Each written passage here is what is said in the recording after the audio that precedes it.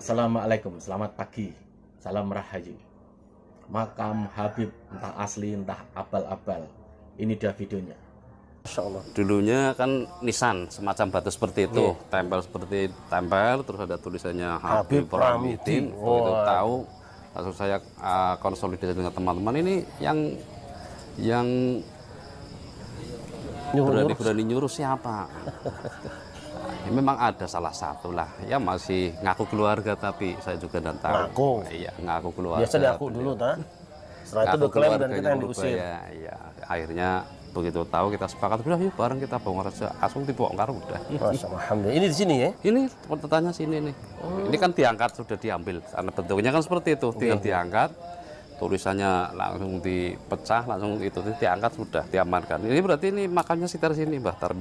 Proses itu dibongkar, terus rame itu.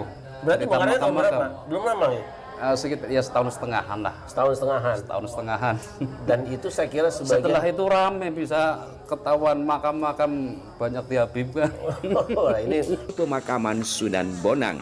Dan kiai ini pun kemudian menyampaikan, ini makam kakek saya, Kiai Raden Badruddin Bawian dulu Dono Bawian, sekaligus sebagai juga penghulu.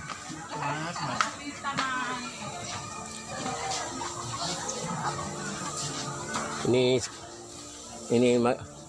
sekarang banyak makam para Habib. Ini Habib Husin Ahmad Ba'agil, padahal dulu nggak ada. Sekarang banyak ditanduri makam-makam Habib. Sudah kan? Bisa dibilang ada makam tiban. Entah itu makam asli atau tidak. Tapi jelas makam palsu sudah banyak dan juga sudah banyak dibongkar. Apa sih keuntungannya sampai buat makam-makam seperti itu? Ini saya ada nih pemberitaan, ini lama nih, 2016 ya. Ini di Detik News. Judulnya ini ya. Jika tak mau dipidana, pemesan makam fiktif diminta lapor sebelum 3 September. Ini kejadian di DKI Jakarta. 2 minggu berjalan, banyak masyarakat yang melapor dan mengakui bahwa makam tidak ada jenazahnya. Dan di kasus ini, tahun 2016 ini, semasa Wakil Gubernur Jarot memerintahkan jajaran Dinas Pertamanan dan Pemakaman untuk mengusut tuntas kasus tersebut. Ia juga meminta agar satu persatu perawat makam diperiksa. Ini kejadian 2016. Hingga saat ini, total sudah ada 212 makam palsu dari sejumlah TPU yang sudah dibongkar oleh Dinas Pertamanan dan Pemakaman. Sebenarnya itu untuk apa?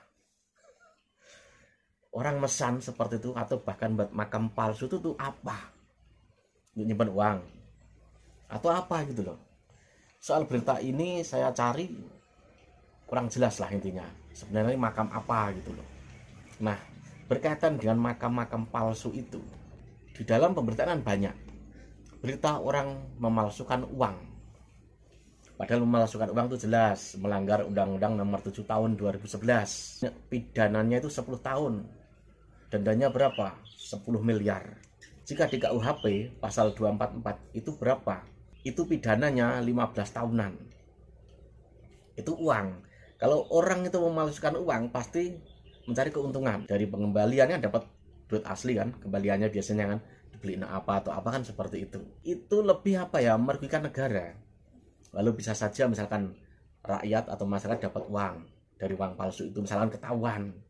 Kalau nggak ketahuan kan dibelanjain lagi biasanya gitu. Tetapi kalau makam palsu itu keuntungannya apa? Kalau kita amati dari makam-makam, misalkan ada makam Pak Alwi itu palsu, itu keuntungannya lebih kepada apa? Finansial. Itu satu. Itu mengalahkan pemalsuan uang loh. Orang punya motif buat makam palsu Habib. Jika makam itu palsu, itu sisi keuntungannya mengalahkan pemalsukan uang. Kalau di DKI itu ada larangan makam fiktif, itu jelas dilarang. Nggak tahu di daerah lainnya ya. Jelas terlarang. Tapi kalau memalsukan makam, apalagi mengklaim makam, itu hukumnya apa? Misalkan seperti yang di video di atas tadi, tiba-tiba ada di sampingnya jejer gitu, itu adalah baru gitu loh. Belum lagi misalkan mengklaim makam orang yang sudah ada, padahal ada leluhurnya juga, lalu diakuin makamnya Pak Alwi. Gimana coba? Motifnya apa?